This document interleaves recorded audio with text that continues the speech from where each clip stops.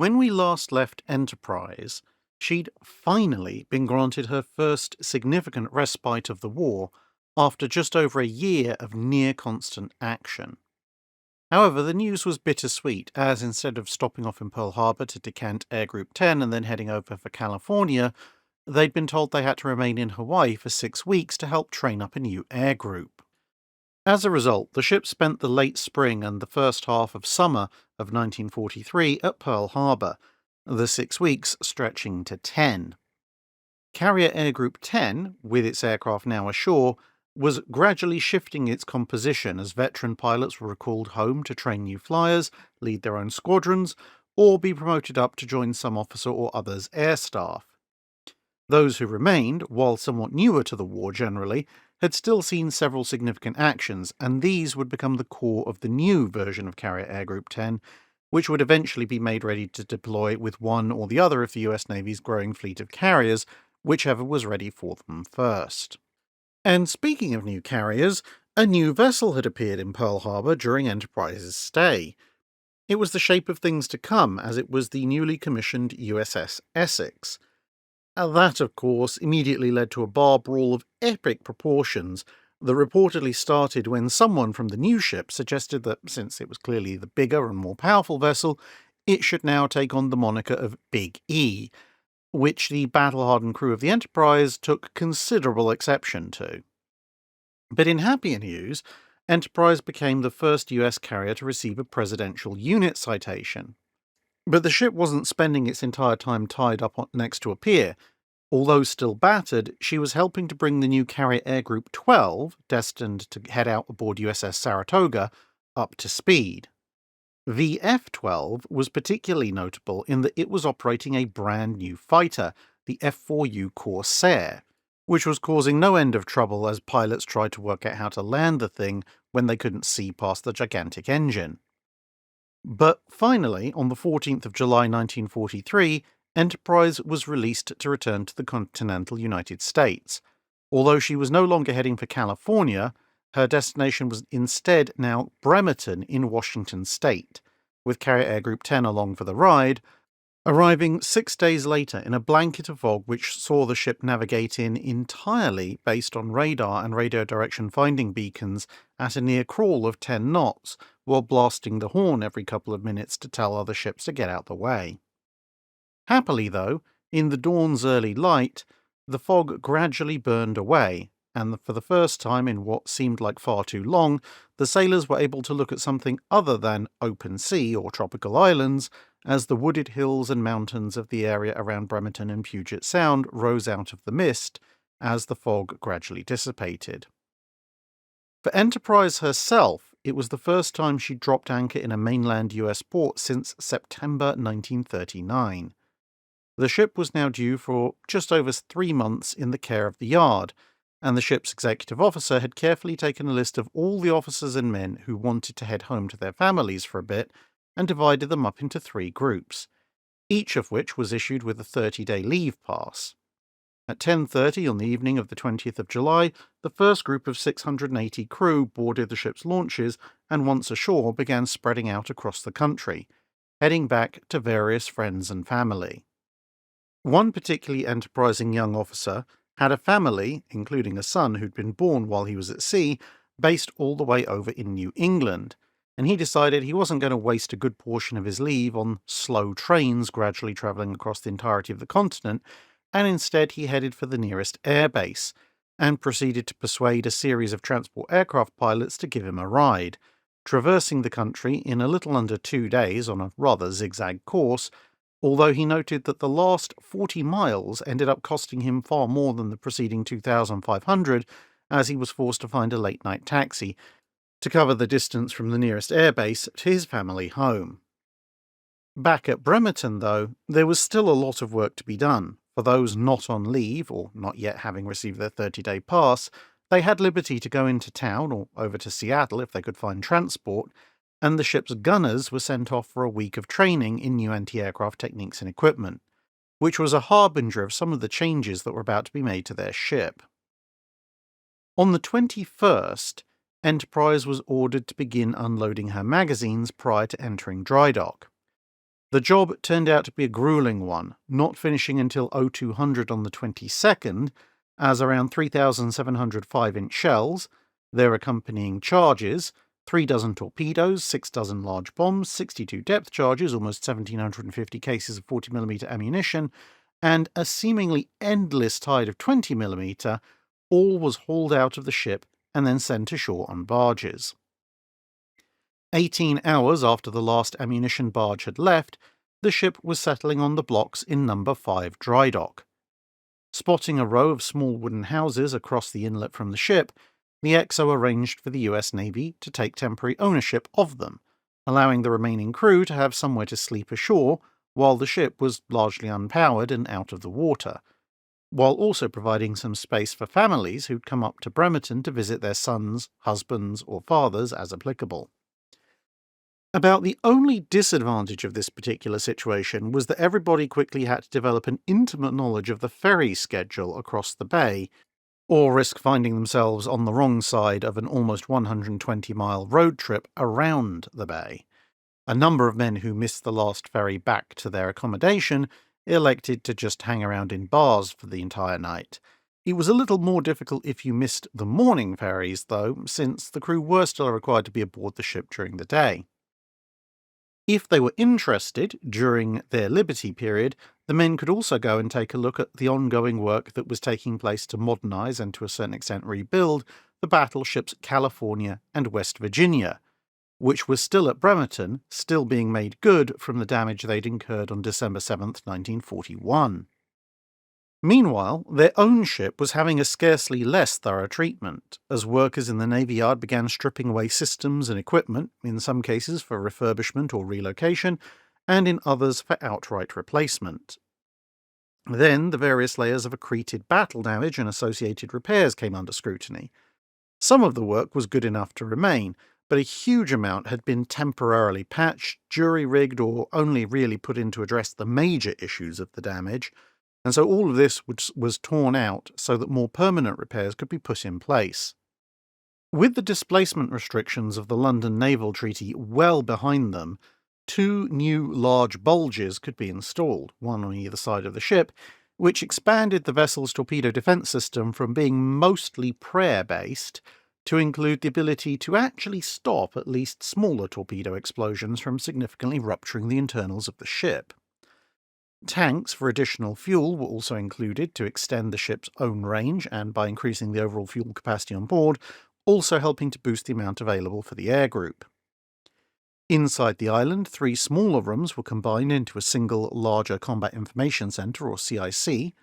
Additional powerful diesel-fueled water pumps were brought in, which could provide either firefighting water or dewatering capabilities, either available in the event of localized or total power loss, or they could just help out with the regular pumps as long as local power was maintained.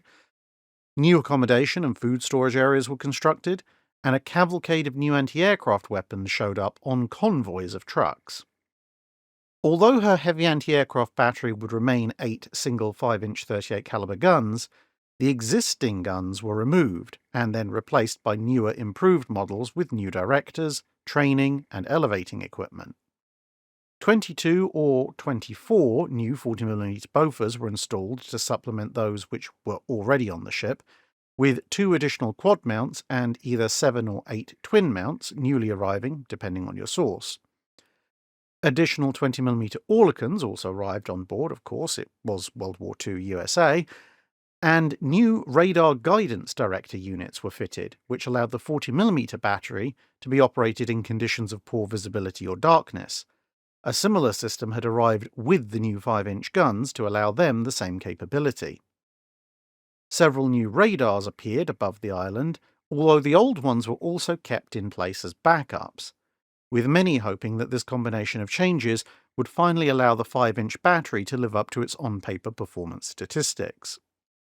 Hard-won war lessons were also being implemented internally.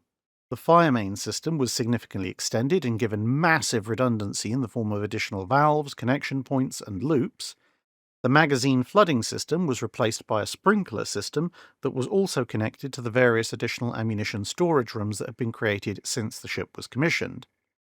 The sound-powered telephone network and power bypass systems were likewise expanded and given additional redundancy, with environmental conditions aboard also being improved, as heating, ventilation, and air conditioning ducts were all expanded to cover a variety of new areas. From the air group's perspective, there were also significant changes. The arresting cable system was taken out and thoroughly overhauled before being replaced. The catapults were removed and replaced with newer and more powerful ones, and the flight deck itself was made longer and wider, all of which would allow the support of newer, larger, and heavier aircraft that were then being developed or deployed. Also important to morale was the arrival of more and improved ice cream makers, which were duly installed in the galley. At the end of September, the ship's much-beloved XO, John Crommelin, received a promotion to captain, which meant a new assignment. He would go on to command a series of escort carriers. As the new XO bedded in, less than 20 miles away, Carrier Air Group 10 was also continuing its process of reforming. While the Dauntlesses and Avengers appeared to be notionally the same, they were being replaced with updated models, but they were still going by the same overall title, there were also some more visually obvious upgrades, such as some of the Avengers being given air-to-surface radar, and the largest change was VF-10's Wildcats being traded in wholesale for the brand new F-6F Hellcat. The second tranche of men, given 30-day leave, left on the 20th of August, and the third left on the 20th of September. And then on the 25th of September, the dry dock was flooded, and Enterprise was moved back out to Pier 5, where work would continue while the dry dock was made available for another ship. She would then be moved into Dry Dock 4 on the 19th of October, but this time the dry dock wasn't drained.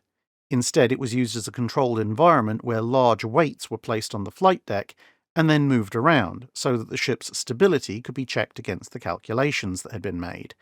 She had, after all, gained several thousand tons of additional weight, somewhat offset by the bulges, so it was important to ensure that the ship wasn't now dangerously top-heavy. With the crew back aboard, Enterprise headed out for sea on the 24th of October for trials. But despite the massive overhaul changing quite a bit about the vessel, it turned out there was very little to adjust. After a couple of days of working up, she was back alongside the pier for 5 days. During this time, there would be some minor remedial work, but the bulk of the activity was bringing aboard the tons and tons of stores and supplies that were needed for the ship to deploy. It was time to head out to action once more, and as October turned into November, the ship was powering out to sea while the newly reformed Carrier Air Group 10 landed aboard her, and course was set for Hawaii. But less than 5 days later, there was still more change.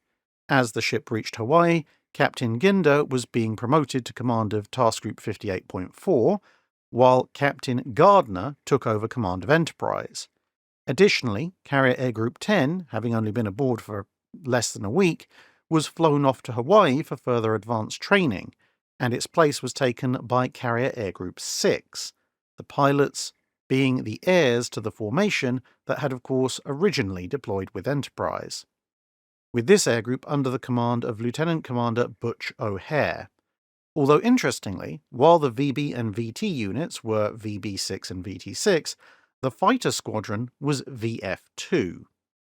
With many new pilots in Carrier Air Group 6 and around 40% of Enterprise's crew also new to the ship after various reassignments and the stay in Bremerton, it was a learning experience for all concerned as the ship worked up and headed out as part of Task Group 50.2. For veterans of the ship's earlier battles, there was also a little bit of an eerie sight, as by this point near the end of 1943, still more Essex-class had arrived at Pearl Harbor, including 2 ships that were named for vessels Enterprise had served alongside and in one case witnessed sink. These new vessels, of course, being the Lexington and the Yorktown.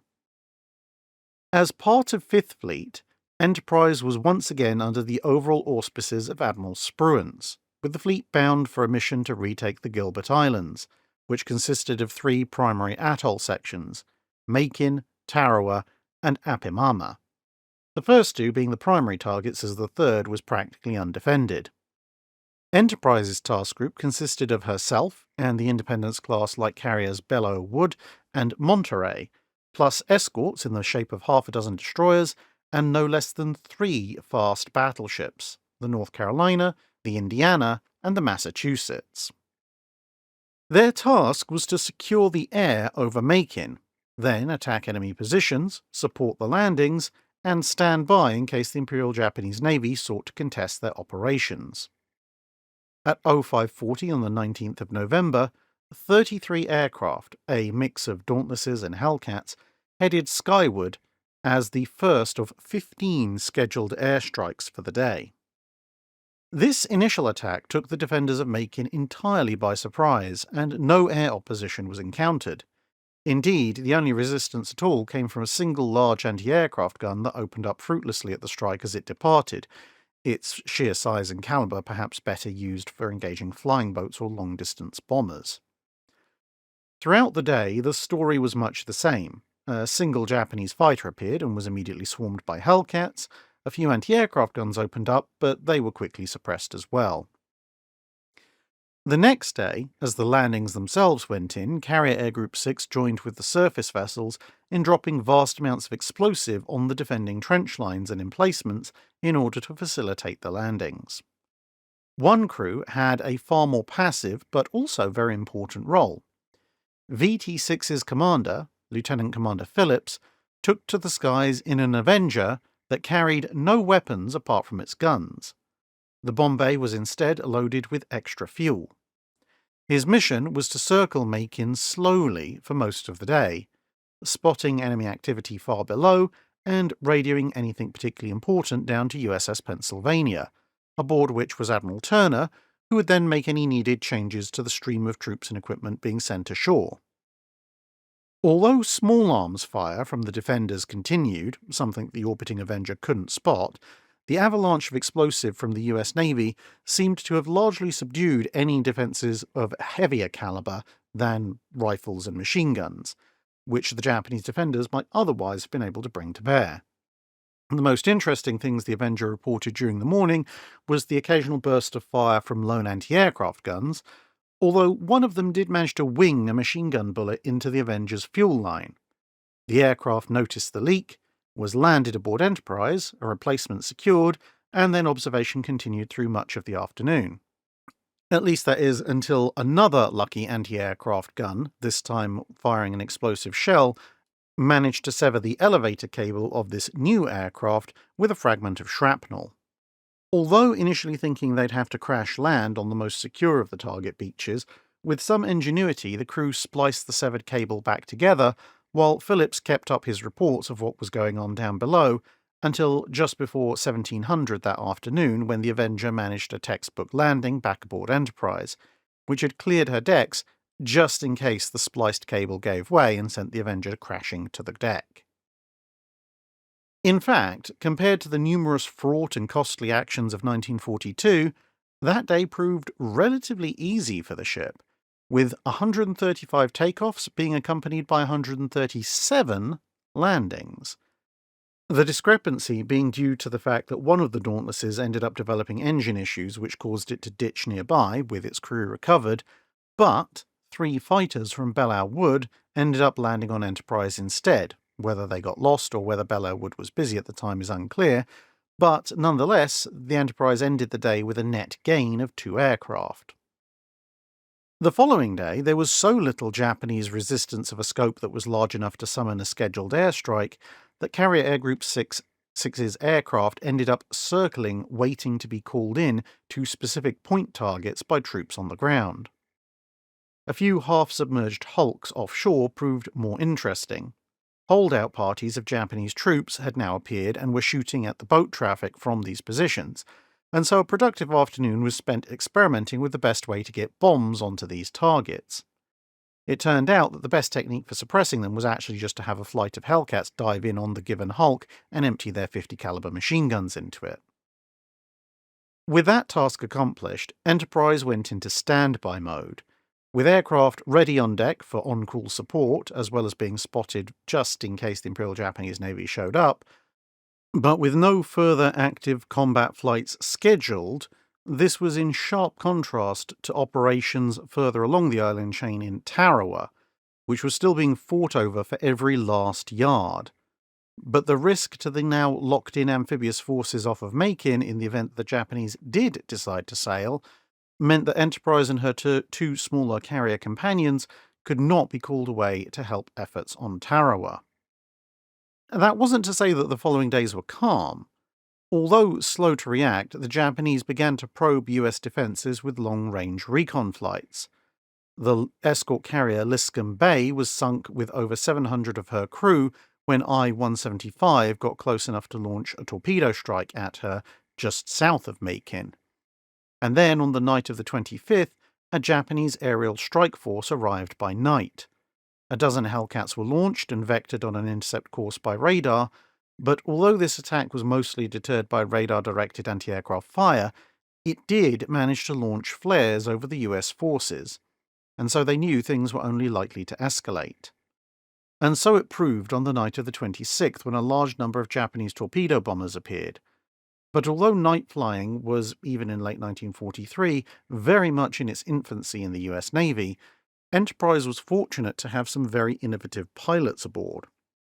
Having concluded that a radar-equipped Avenger could probably be guided into range of its own radar by the radar operators aboard Enterprise, Lieutenant Commander Phillips and Butch O'Hare had decided to solve the next issue, which was the fact that the Avenger was many things, but a swift night fighter was not one of them, by concluding that if said Avenger was accompanied by a couple of Hellcats, then the Avenger could get all three of them into visual range, and then the fighters could take over.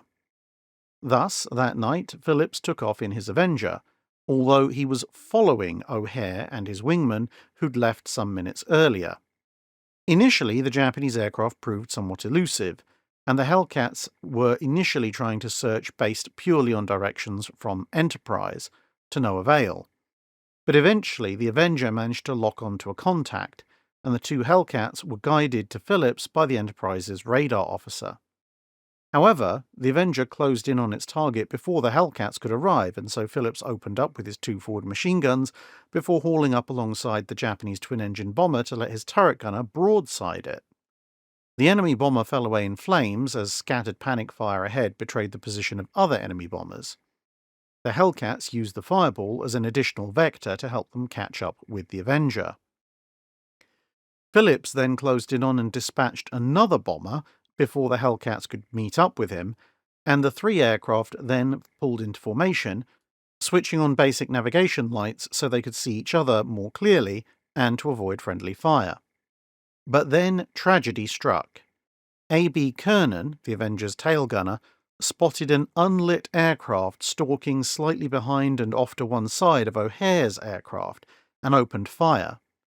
It seems that the Japanese aircraft returned fire on one of the US aircraft, as sometime after the Avenger ceased firing, a matter of 10 seconds or so, something clearly happened to Butch O'Hare's aircraft, and it slid out of formation before plunging into the sea with nary a word.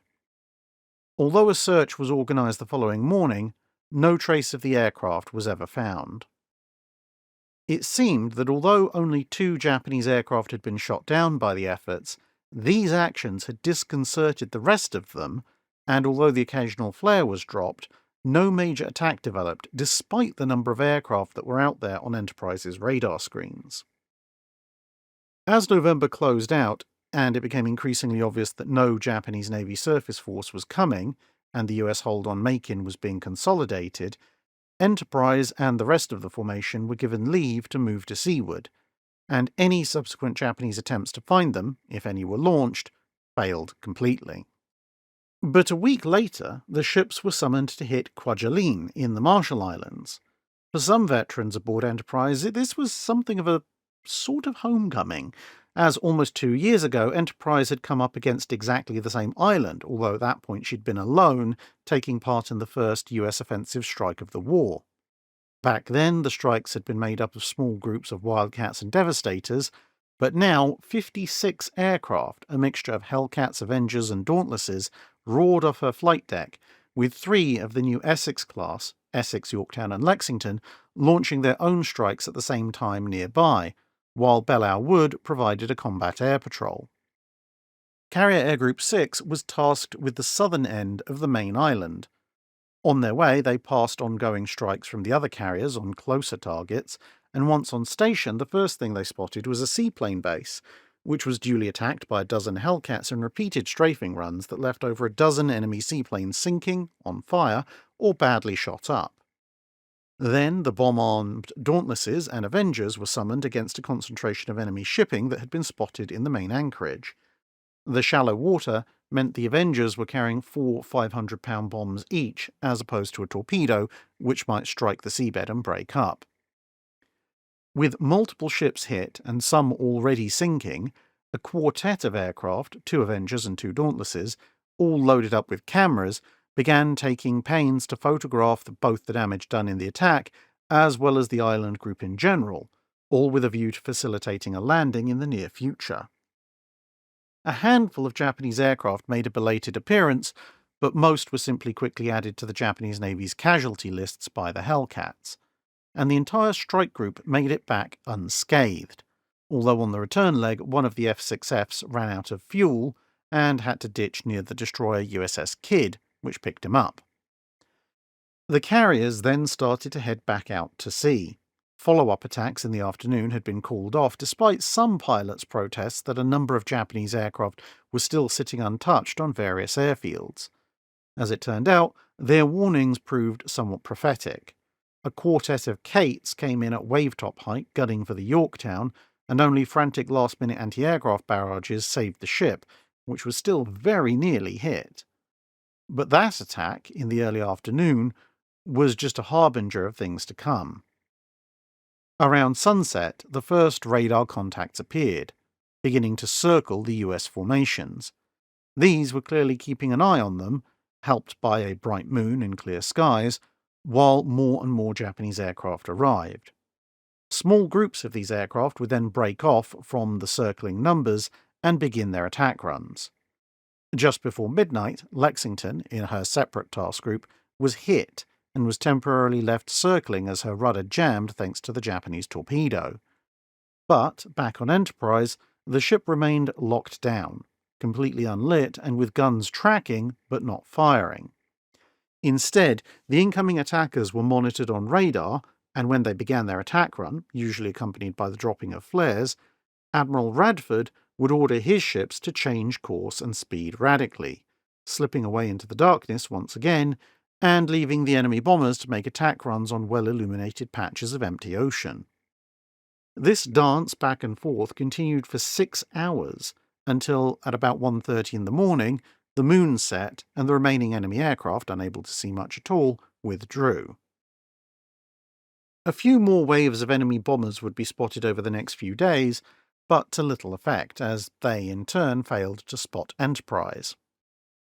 With that, the ship turned back for Pearl Harbor. Another mission had been successfully accomplished, and the crew now had the promise of this being their first Christmas spent on US soil, as December 25, 1941 had passed when they were on patrol near Midway, and 1942 had found them repairing the ship at Espiritu Santo. This time, at least, there would be plenty of food, drink, and, for those who wanted it, company. Once in harbour, it became known that Carrier Air Group 6 was due to depart, as they'd been assigned to USS Intrepid, yet another of the new Essex class, while Carrier Air Group 10, having spent the last 3 months training relentlessly in the skies over Hawaii, would be rejoining the ship when she set out again in 1944 for her next assignment. That's it for this video. Thanks for watching. If you have a comment or suggestion for a ship to review, let us know in the comments below. Don't forget to comment on the pinned post for dry dock questions.